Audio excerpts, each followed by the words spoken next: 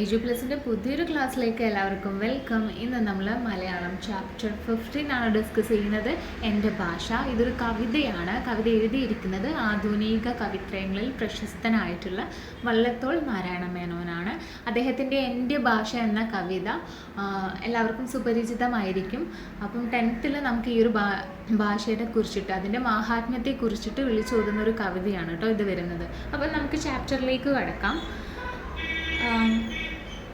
മിണ്ടിത്തുടങ്ങാൻ ശ്രമിക്കുന്ന പിഞ്ചിളം ചുണ്ടിന്മേൽ അമ്മിഞ്ഞ പാലോടൊപ്പം അമ്മയെന്നുള്ള രണ്ടക്ഷരമല്ലയോ സമ്മേളിച്ചിടുന്നതൊന്നാമതായി. മറ്റുള്ള ഭാഷകൾ കേവലം ധാത്രിമാർ, മർത്തിനു പെറ്റമ്മ തൻ ഭാഷ താൻ. മാതാവിൻ വാത്സല്യ ദുഗ്ധം നുകർന്നാലേ പൈതങ്ങൾ പൂർണ്ണ വളർച്ച നേടും. അപ്പോൾ എന്താണ് നമുക്കിവിടെ പറയുന്നത്?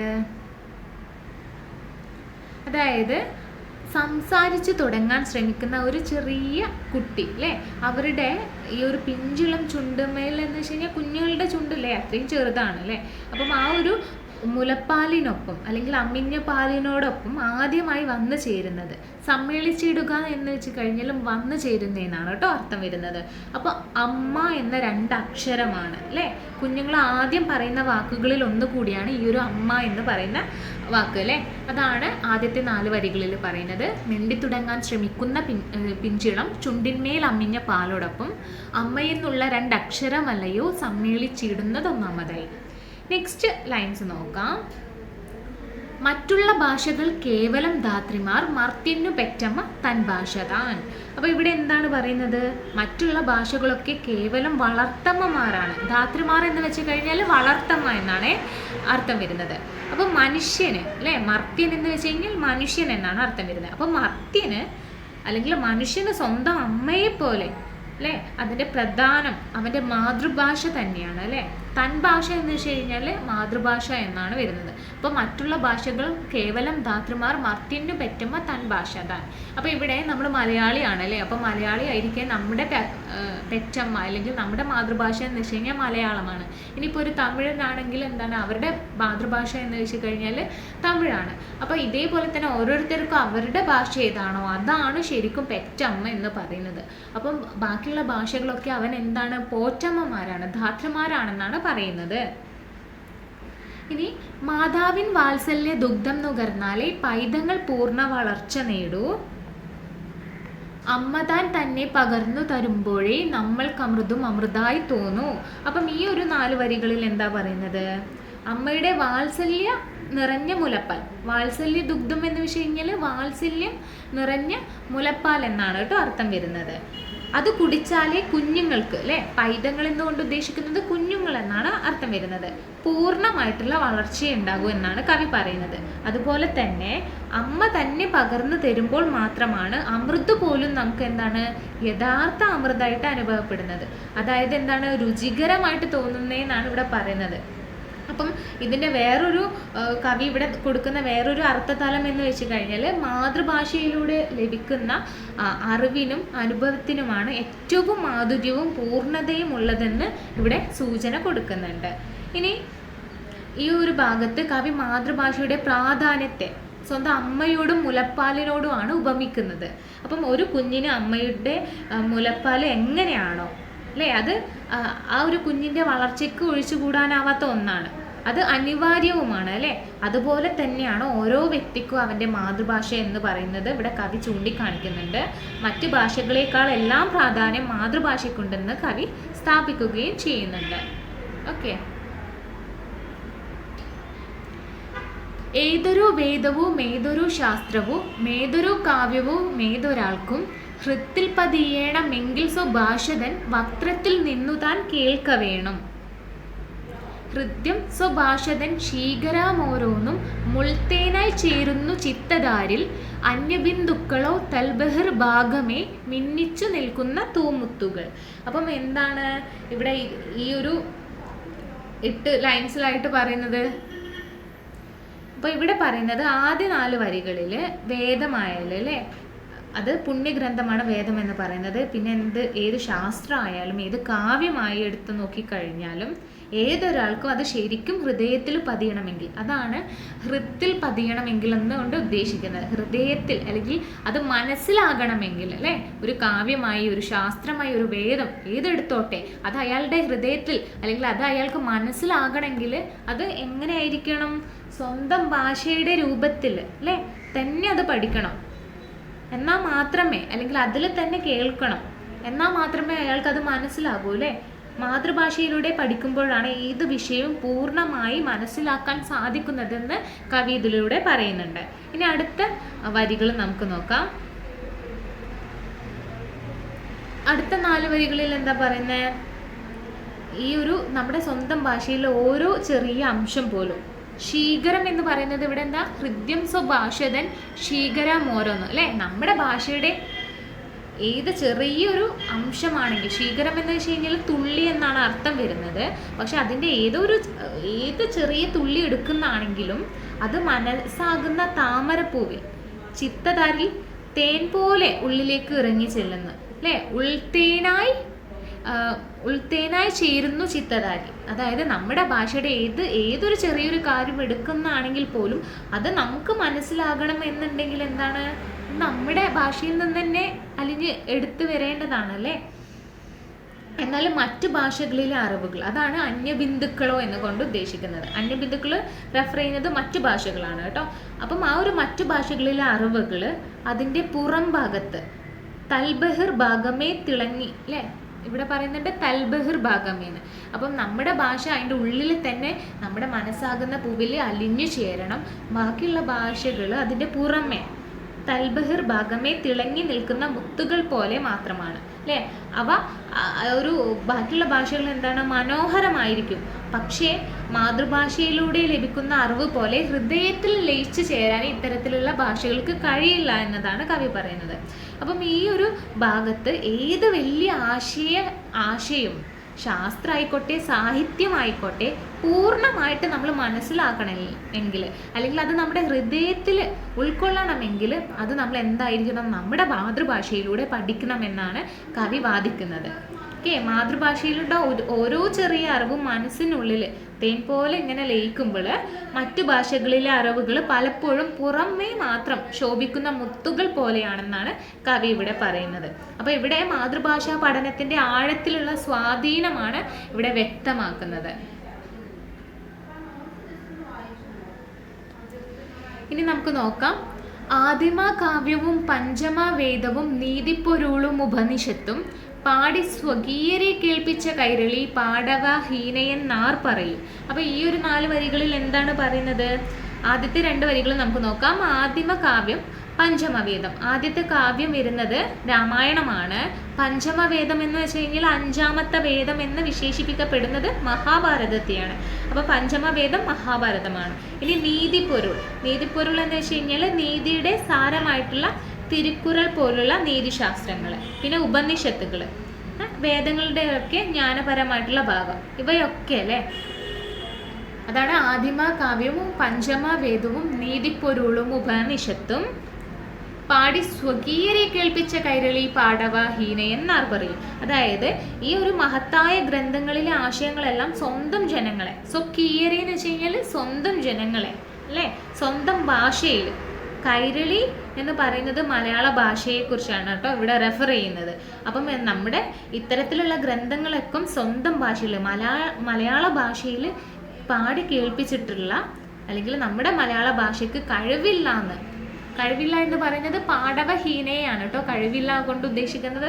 അപ്പം നമ്മുടെ മലയാള ഭാഷയ്ക്ക് ഇത്രയും കാര്യങ്ങളൊക്കെ തർജ്ജമ ചെയ്യാൻ പറ്റുമെങ്കിൽ, കാരണം നമുക്കറിയാം ഈ ഒരു ആദിമകാവ്യം രാമായണമൊക്കെ സംസ്കൃതത്തിലാണ് അല്ലേ, അതൊക്കെ പരിഭാഷപ്പെടുത്തി മലയാളത്തിലേക്ക്. അപ്പോൾ ഇത്തരത്തിൽ ഇങ്ങനെ പരിഭാഷപ്പെടുത്താൻ പറ്റുമെങ്കിൽ നമ്മുടെ ഈ ഒരു മലയാളത്തിന് കഴിവില്ല എന്ന് ആർക്കെങ്കിലും പറയാൻ പറ്റുമോ എന്നാണ് അല്ലേ. അങ്ങനെ ആരെങ്കിലും ഈ മലയാളം പാടവഹീനയാണെന്ന് ആര് പറയുന്നതാണ് കവി ഇവിടെ ഉദ്ദേശിക്കുന്നത്.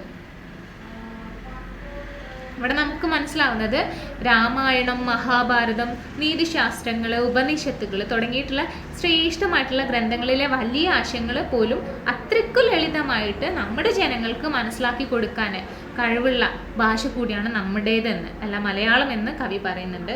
അപ്പോൾ ഇത്രയും അധികം കാര്യങ്ങൾ ഉൾക്കൊള്ളാനും ആവിഷ്കരിക്കാനുമുള്ള കഴിവുള്ള മലയാള ഭാഷയ്ക്ക് ഒട്ടും കഴിവ് കുറവില്ല എന്ന കവി അഭിമാനത്തോടെയാണ് ഈ ഒരു വരികളിലൂടെ സ്ഥാപിച്ചെടുക്കുന്നത്. ഓക്കെ, ഇനി എന്താണ് നെക്സ്റ്റ് വരുന്നത്? കൊണ്ടാടി നാനാവിചിന്തന തന്തുക്കൾ കൊണ്ടാത്മ ഭാഷയെ വായ്പിക്കായെങ്കിൽ കേരളത്തിൻ നീരുൾ കുണ്ടിൽ നിന്നൊന്നു കേറാൻ പിടിക്കയർ എന്തു വേറെ. അപ്പം ഈ ഒരു 4 വരികളിൽ എന്താണ് പറയുന്നത്? അതായത് നമുക്ക് പല ഭാഷകളെ കുറിച്ചിട്ട് അറിയാവുന്നതായിരിക്കും അല്ലേ, നമുക്ക് അത്രയ്ക്കും പ്രശസ്തരായിട്ടുള്ളവരൊക്കെ ഉണ്ട്. അപ്പോൾ എന്നിട്ടും നമ്മുടെ മാതൃഭാഷയെ വായ്പിക്കുക എന്ന് വെച്ച് കഴിഞ്ഞാൽ വളർത്തുക എന്നാണ് അർത്ഥം വരുന്നത്.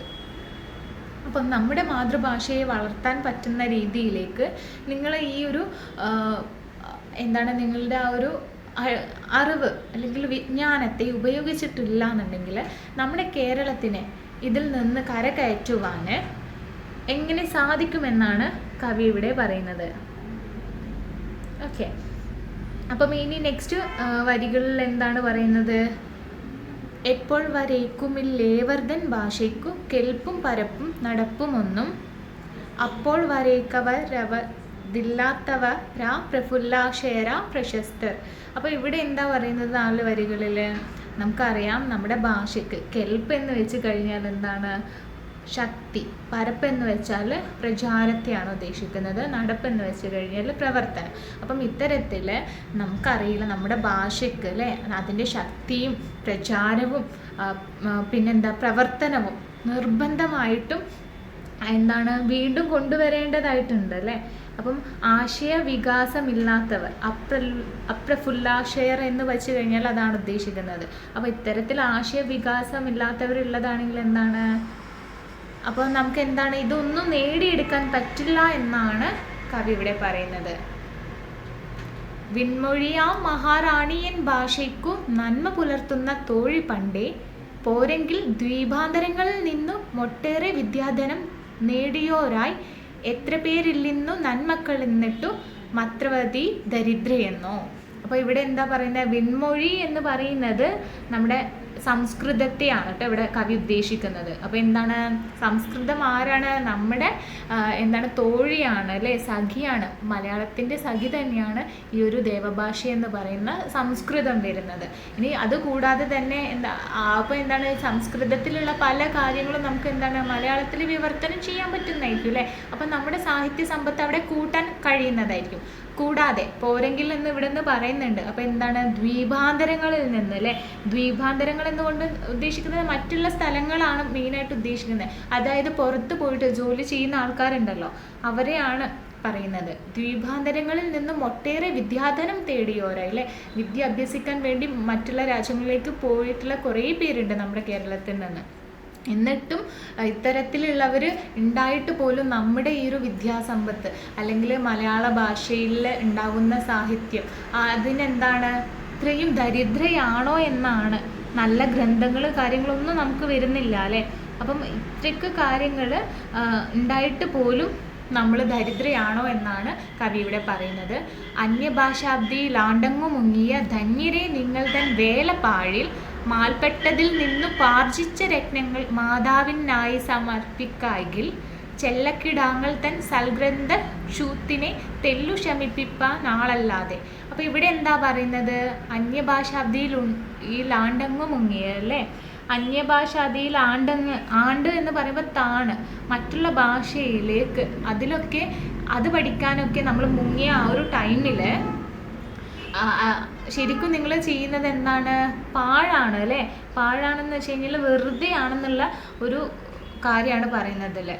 അപ്പം ഇവിടെ മാൽപ്പെട്ട് കൊണ്ട് ഉദ്ദേശിക്കുന്ന കഷ്ടപ്പെട്ട്, നിങ്ങൾ കഷ്ടപ്പെട്ട് സമ്പാദിച്ച, ഉപാർജിച്ചാന്ന് വെച്ചാൽ മാൽപ്പെട്ടതിൽ നിന്ന് ഉപാർജിച്ച രത്നങ്ങൾ, അതായത് നിങ്ങൾ കഷ്ടപ്പെട്ട് സമ്പാദിച്ചിട്ടുള്ള ഇത്തരത്തിലുള്ള ഗ്രന്ഥങ്ങൾ അല്ലെങ്കിൽ നിങ്ങളുടെ വിജ്ഞാനം നമ്മുടെ ഈ ഒരു മാതാവ് അല്ലെ നമ്മുടെ സ്വന്തം ഭാഷയ്ക്ക് വേണ്ടി മലയാളത്തിൻ്റെ വളർച്ചയ്ക്ക് വേണ്ടി ഉപയോഗിച്ചിട്ടില്ലെങ്കിൽ മക്കളെ ചെല്ലക്കിടാങ്ങളെ എന്ന് പറയുന്നതാണ് അല്ലെ. ചെല്ലക്കിടാങ്ങൾ തൻ സൽഗ്രന്ഥ ക്ഷൂത്തിനെ, സൽഗ്രന്ഥം എന്ന് വെച്ച് കഴിഞ്ഞാൽ നല്ല ഗ്രന്ഥം, ക്ഷൂത്ത് കൊണ്ട് ഉദ്ദേശിക്കുന്ന വിശപ്പ് എന്നാണ്. ഇവിടെ കവി എന്താണ് ഉദ്ദേശിക്കുന്നത്? അപ്പോൾ എന്താണ്, നമ്മുടെ ആ ഒരു ഗ്രന്ഥത്തിൻ്റെ, നല്ല ഗ്രന്ഥത്തിൻ്റെ ഉയർച്ചയ്ക്ക് വേണ്ടി, അല്ലെങ്കിൽ ആ നല്ല ഗ്രന്ഥം ഉണ്ടാക്കാനുള്ള നമ്മുടെ ഒരു സാഹിത്യ വളർച്ചയ്ക്ക് വേണ്ടിയിട്ട് എന്താണ്, നമ്മുടെ ഈ ഒരു കുട്ടികൾ തന്നെ, മലയാളത്തിലെ കേരളീയർ തന്നെ ശ്രമിച്ചില്ല എന്നുണ്ടെങ്കിൽ അത് നമുക്ക് തന്നെ എന്താണ്, കുറച്ചിലാണല്ലോ വരുന്നത്. അപ്പോൾ അതാണ് കവി ഇവിടെ പറയുന്നത്. തെല്ലു ശമിപ്പിപ്പാൻ ആളല്ലാതെ അല്ലൽപ്പെടുന്ന കുചേല കുടുംബിനി അല്ലയോ നമ്മുടെ ഭാഷയെന്നും. അല്ലൽപ്പെടുക എന്ന് വെച്ച് കഴിഞ്ഞാൽ കഷ്ടപ്പെടുക എന്നാണ് കേട്ടോ പറയുന്നത്. ഇവിടെ കുചേല കുടുംബിനി കൊണ്ട് ഉദ്ദേശിക്കുന്നത് ദരിദ്രരായിട്ടുള്ള. എന്തിനാണ് ദരിദ്രരായിട്ടുള്ള? മലയാളികൾക്ക് വായിക്കാൻ വേണ്ടത്ര പുസ്തകമില്ലെന്നും ബാലസാഹിത്യം കുറവാണെന്നുമാണ് ഈ ഒരു വരികളിലൂടെ കവി വ്യക്തമാക്കുന്നത്. അല്ലൽപ്പെടുക എന്ന് വെച്ച് കഴിഞ്ഞാൽ എന്താണ്, കഷ്ടപ്പെടുക.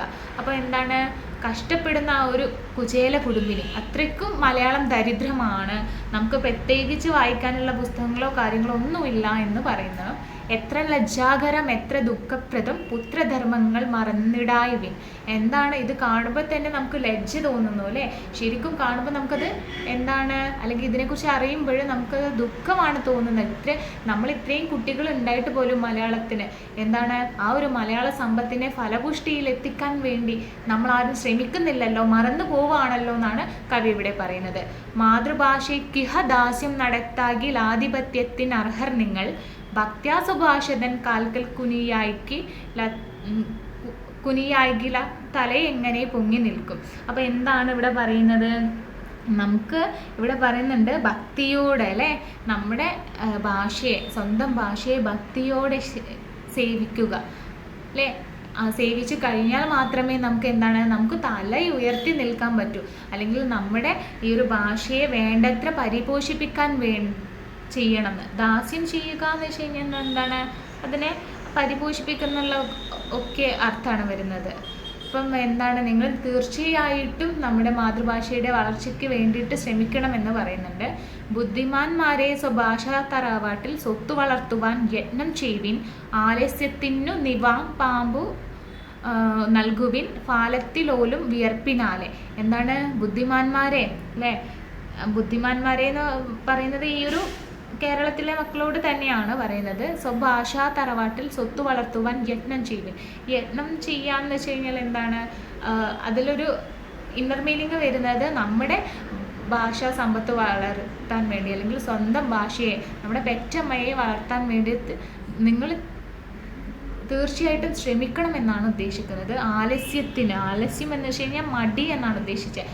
മടി കളഞ്ഞ് നിവാപാമ്പു എന്ന് വെച്ച് കഴിഞ്ഞാൽ പിതൃപൂജ ചെയ്യൂലേ, അല്ലെങ്കിൽ നമ്മളിപ്പം ഇവിടെ ഉദ്ദേശിച്ചിരിക്കുന്നത് നമ്മുടെ മടി മാറ്റുക എന്നതാണ് ഉദ്ദേശിച്ചത്. ആലസ്യത്തിന് നിവാപാമ്പു എന്ന് വെച്ച് കഴിഞ്ഞാൽ മടി മാറ്റിക്കൊണ്ട് ഫാലത്തിലോലും വിയർപ്പിനാലെ. ഫാലം എന്ന് വെച്ച് കഴിഞ്ഞാൽ നെറ്റി എന്നാണ് കേട്ടോ അർത്ഥം വരുന്നത്. അതായത് കഠിനമായിട്ട് പ്രയത്നം ചെയ്യുക, നമ്മുടെ സാഹിത്യ സമ്പത്ത് കൂട്ടാൻ വേണ്ടിയിട്ട് മടി കളഞ്ഞ് തീർച്ചയായിട്ടും നിങ്ങൾ അതിനു വേണ്ടി പ്രയത്നിക്കുക എന്നതാണ് കവി ഇവിടെ പറയുന്നത്. ഏറെ വാക്കെന്തിനു നാളെ മുതൽക്കിനി കൈരളി തൻ്റെ ഗൃഹാങ്കണത്തിൽ പാണ്ഡിത്യ ഭിക്ഷയ്ക്കായി വന്നവർ ഭാണ്ഡം നിറച്ചേ തിരിച്ചുകൂടൂ, കേടറ്റൊരാ ദാര്യശീലത്തിലെന്നെ കേളി കേട്ടുള്ളവർ കേരളീയർ. അപ്പോൾ ഇവിടെ എന്താ പറയുന്നത്, ഈ ഒരു 6 ലൈൻസിൽ എന്തിനേറെ പറയുന്നു, നാളെ മുതൽ തന്നെ നമ്മുടെ മലയാള മുറ്റത്ത്, നമ്മുടെ ഗൃഹാങ്കണത്തിൽ എന്ന് വെച്ചാൽ അങ്കണം എന്ന് വെച്ച് കഴിഞ്ഞാൽ മുറ്റം എന്നാണ് ഉദ്ദേശിക്കുന്നത്. അതായത് നമ്മുടെ മലയാള ഭാഷയിലേക്ക് വരുന്നവർക്ക് വേണ്ടി, പാണ്ഡിത്യം അഭ്യസിക്കാൻ വേണ്ടി കടന്നു വരുന്നവർക്ക് വേണ്ടി എന്താണ്, ഭാണ്ഡം നിറച്ചേ തിരിച്ചുകൂടും. അതായത് എന്താണ്, നല്ല രീതിയിലുള്ള കാര്യങ്ങൾ അവർക്ക് കൂടെ സ്വായത്തമാക്കാൻ കഴിയണം അല്ലേ. മലയാളത്തിൻ്റെ മുറ്റത്ത് പാണ്ഡിത്യ ഭിക്ഷയ്ക്ക് വേണ്ടി വരുന്നവർക്ക് അവരുടെ ഭാണ്ഡം നിറച്ച് മടങ്ങാൻ പറ്റണം എന്നാണ് ഇവിടെ കവി പറയുന്നത്. അപ്പം ധാരാളം കൊടുത്ത ശീലമുള്ളവരാണല്ലോ കേരളീയർ എന്നുകൂടെ ഇവിടെ പറയുന്നുണ്ട്. അതുകൊണ്ടാണ് അങ്ങനെ കവി പറഞ്ഞു വെക്കുന്നത്. അപ്പോൾ ഇതാണ്, ഇത്രയേ ഉള്ളൂ നമ്മുടെ കവിത വരുന്നത്. അപ്പോൾ നിങ്ങൾക്ക് മനസ്സിലായല്ലോ, സ്വന്തം ഭാഷയെ വളർത്തുക, അതിൽ കൂടുതൽ സാഹിത്യ സമ്പത്ത് നൽകുക. നമ്മുടെ കേരളീയർ എന്താണ് പരിഭാഷ നടത്താനാണെങ്കിലും ശ്രമിക്കാൽ നമുക്ക് വലിയ ഇതിഹാസ കാവ്യങ്ങളൊക്കെ ഉള്ളത് അത് സംസ്കൃതത്തിലൊക്കെ ആയിരിക്കും. അപ്പോൾ അത് എന്താണ് നമ്മുടെ കുട്ടികൾക്കും ഇത് മനസ്സിലാവണം. അപ്പം സ്വന്തം ഭാഷയിലേക്ക് അതിനെ തർജ്ജമ ചെയ്യാൻ പ്രശസ്തരായിട്ടുള്ളവരും വിദ്യാസമ്പന്നരായിട്ടുള്ള ആൾക്കാരും ശ്രമിക്കുക. അങ്ങനെ നമ്മുടെ സാഹിത്യ സമ്പത്ത് കൂട്ടാനും ബാലസാഹിത്യങ്ങളുടെ കൂടുതലായിട്ട് ഉണ്ടാക്കാനൊക്കെ ശ്രമിക്കുക എന്നാണ് കവി ഇതിലൂടെ പറയുന്നത്. അപ്പോൾ ഇത്രയേ ഉള്ളൂ നമ്മുടെ ഈ ഒരു ചാപ്റ്റർ എന്ന് പറയുന്നത്. ഇവിടുന്ന് കുറച്ച് ക്വസ്റ്റ്യൻസ് നോക്കാം.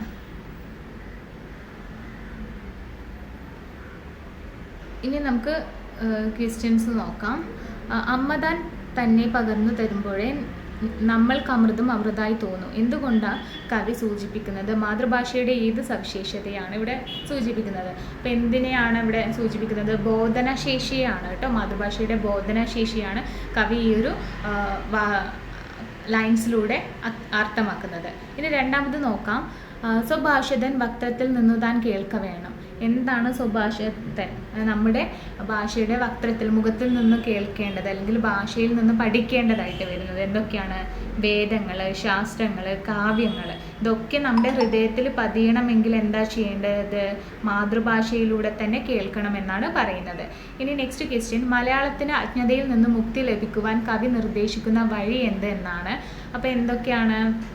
അതായത് മലയാളത്തിന് അജ്ഞതയിൽ നിന്നും മുക്തി ലഭിക്കുവാൻ വേണ്ടിയിട്ട് കവി എന്തൊക്കെയാണ് പറഞ്ഞത്? നമ്മുടെ പലതരത്തിലുള്ള ചിന്താവിഷയങ്ങൾ കൊണ്ട് പരിപോഷിപ്പിച്ച് കഴിഞ്ഞാലേ മലയാളത്തിലെ അജ്ഞതയിൽ നിന്ന് മുക്തി ലഭിക്കുകയുള്ളൂ എന്നാണ് കവി പറയുന്നത്. ഇനി നാലാമത്തെ ക്വസ്റ്റ്യൻ നോക്കാം. കുചേല കുടുംബിനി വിഗ്രഹിക്കേണ്ടത് എങ്ങനെ? കുചേല കുടുംബിനി എന്ന് പറയുന്നത് അത് എങ്ങനെയാണ് വിഗ്രഹിക്കുക? അത് സ്പ്ലിറ്റ് ചെയ്യുക, ആ ഒരു രീതിയിലാണ് ചോദിക്കുന്നത്. എങ്ങനെയാണ്? കുചേലൻ്റെ കുടുംബത്തിൽ പെട്ടവൾ എന്നാണോ എൻ്റെ ഇത് വരുന്നത്? കുചേലൻ്റെ കുടുംബിനി എന്നാണോ? കുചേല കുടുംബിനിയെ പോലുള്ളവൾ അല്ലെങ്കിൽ കുടുംബിനിയായ കുചേല പത്നി. ഇതെങ്ങനെയാണ് വിഗ്രഹിച്ചാൽ എഴുതേണ്ടത്? അപ്പം എന്താണ് കുചേല കുടുംബിനി കൊണ്ട് ഉദ്ദേശിക്കുന്നത്? കുചേലൻ്റെ കുടുംബിനി എന്നാണ് കേട്ടോ അതിനെ വിഗ്രഹിച്ച് കഴിഞ്ഞാൽ വരുന്നത്. ഇനി അഞ്ചാമത്തെ ക്വസ്റ്റ്യൻ വരുന്നത്, മാതൃഭാഷയ്ക്കുഹ ദാസ്യം നടത്താകിൽ ആധിപത്യത്തിന് അർഹർ നിങ്ങൾ. ഇവിടെ ആധിപത്യം എന്നതിനെ കവി ഉദ്ദേശിച്ചിട്ടുള്ള അർത്ഥം, ഇവിടെ എന്താണ് അർത്ഥം വരുന്നത്? ഇപ്പം നമുക്കറിയാം, മാതൃഭാഷയ്ക്കുഹ ദാസ്യം നടത്താകിൽ ആധിപത്യത്തിന് അർഹർ നിങ്ങൾ. അതായത് നമ്മുടെ ഈ ഒരു മാതൃഭാഷയിലേക്ക് നമ്മൾ പല കാര്യങ്ങളും ചെയ്തില്ല, മാതൃഭാഷയ്ക്ക് ഇമ്പോർട്ടൻസ് കൊടുത്തില്ല എന്നുണ്ടെങ്കിൽ മറ്റുള്ള ഭാഷകൾ ഇതിന് ആധിപത്യം, സ്വദേശാധിപത്യം എന്നാണ് കേട്ടോ ഇവിടെ ആധിപത്യത്തിനെ കുറിച്ചിട്ട് പറയുന്നത്. നമ്മുടെ സ്വദേശമാണ് അല്ലേ. അപ്പം നമ്മളുടെ ദേശത്തിൽ ആധിപത്യം ശ്രമിക്കണം, അല്ലെങ്കിൽ മറ്റുള്ള ആൾക്കാരായിരിക്കും അതിൽ ആധിപത്യം നടത്താൻ ശ്രമിക്കൽ. അപ്പോൾ ഇവിടെ ആധിപത്യം കൊണ്ട് കവി ഉദ്ദേശിച്ചിട്ടുള്ളത് നമുക്ക് നമ്മുടെ ഭാഷയിൽ ആധിപത്യം ഉണ്ടായിരിക്കണം, അതുകൊണ്ട് സ്വദേശാധിപത്യം എന്നാണ് ആൻസർ വരുന്നത്. ആറാമത്തെ ക്വസ്റ്റ്യൻ നോക്കാം. ആലസ്യത്തിന് നിപാപാമ്പു നൽകുവിൻ എന്ന പ്രയോഗം കൊണ്ട് കവി ഉദ്ദേശിക്കുന്നത് എന്താണ്? ആലസ്യത്തെ മരിപ്പിക്കുക, ആലസ്യത്തെ മാറ്റി നിർത്തുക, ആലസ്യത്തെ ഈ ലോകത്ത് നിന്ന് ഒഴിവാക്കുക, ആലസ്യത്തെ വെള്ളം കുടിപ്പിക്കുക. അപ്പോൾ ഇത് ഏറ്റവും ആപ്റ്റ് ആയിട്ടുള്ളത് ഏതാണ്? ആലസ്യത്തിലെ മടിയെ ഈ ലോകത്തിൽ നിന്ന് തന്നെ ഒഴിവാക്കുക എന്നതാണ് ആലസ്യത്തിന് നിപാപാമ്പ് നൽകുക. ഉദയക്രിയ ചെയ്യാന്നൊക്കെ പറയില്ലേ നമ്മൾ, അതാണ് നിപാപാമ്പ് നൽകുക കൊണ്ട് ഉദ്ദേശിക്കുന്നത്. അപ്പോൾ ആലസ്യം എന്താ ചെയ്യുക? മടിക്ക് ആ ഒരു ഉദയക്രിയ ചെയ്യാന്ന് വെച്ച് കഴിഞ്ഞാൽ മടി മാറ്റുക, ഈ ലോകത്ത് നിന്നേ അത് ഒഴിവാക്കുക എന്നാണ് ഉദ്ദേശിക്കുന്നത്. ഇനി 7, ആലസ്യത്തിന് നിപാപാമ്പ് നൽകേണ്ടത് എങ്ങനെയെന്നാണ് ചോദിക്കുന്നത്. അപ്പോൾ എങ്ങനെയാണ് നൽകേണ്ടത്? അപ്പോൾ അതിൽ പറഞ്ഞിട്ടുണ്ടല്ലേ, ഫാലത്തിൽ, അതായത് നമ്മൾ നെറ്റിയിൽ പൊടിയുന്ന വിയർപ്പ് കൊണ്ട് ആലസ്യത്തിന് നമുക്ക് ഇങ്ങനെ നിപാപാമ്പ് നൽകാൻ കഴിയുന്നതായിരിക്കും. അപ്പോൾ എങ്ങനെയാണ്? നമ്മൾ കഠിനമായിട്ട് അധ്വാനിച്ച് കഴിഞ്ഞാൽ അല്ലേ, അധ്വാനിക്കുന്ന ഒരു മനുഷ്യന് എങ്ങനെ മടി ഉണ്ടാവാറില്ല, അത് തന്നെയാണ് ഇവിടെ അപ്ലൈ ചെയ്യേണ്ടത്. അപ്പോൾ ആലസ്യത്തിന് മടി ഉണ്ടാവുന്നതിന് പകരമായിട്ട് നമ്മൾ നന്നായിട്ട് പ്രയത്നിക്കുക, അപ്പം നമുക്ക് ഇതിന് ആലസ്യത്തെ മറികടക്കാൻ പറ്റും. അപ്പോൾ അതാണ് ആൻസർ ആയിട്ട് എഴുതേണ്ടത്. അപ്പോൾ ഇത്രയേ ഉള്ളൂ നമ്മുടെ ക്വസ്റ്റ്യൻ സെഷന് ചാപ്റ്റർ വരുന്നത്. അപ്പം വൈൻഡപ്പ് ചെയ്യാണ് ക്ലാസ്. Thank you.